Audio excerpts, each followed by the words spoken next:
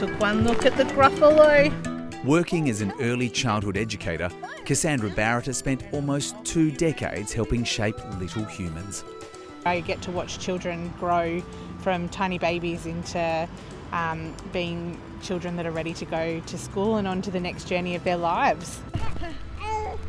But low wages in her sector have made her painfully aware of Australia's persistent gender pay gap. One of the best educators I've ever met became a bus driver because financially that was a lot more viable for her and her family.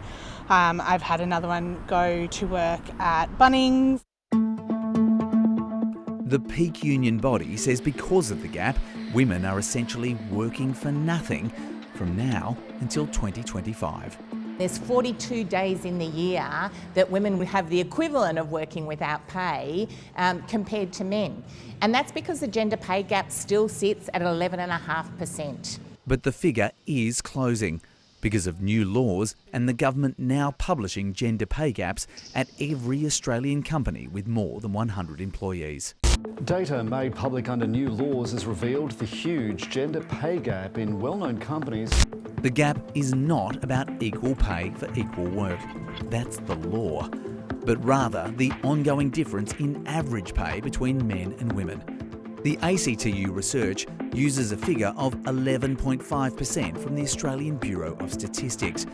But data from the Workplace Gender Equality Agency, which includes part-time workers and total remuneration, including bonuses and penalties, shows it's much larger, at 21.7%. You can't really tackle that problem by putting one thing in place. You will have to act on all of the dimensions that influence the gender pay gap.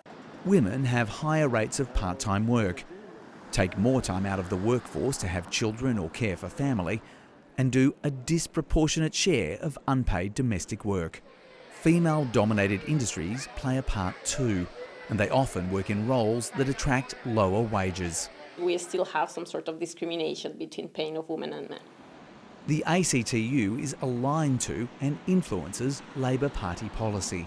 Its research suggests the gap is narrowing at 3 times the pace it was under the previous coalition government, after legislation expanded workplace bargaining, banned pay secrecy clauses and forced the publication of pay gaps at individual companies.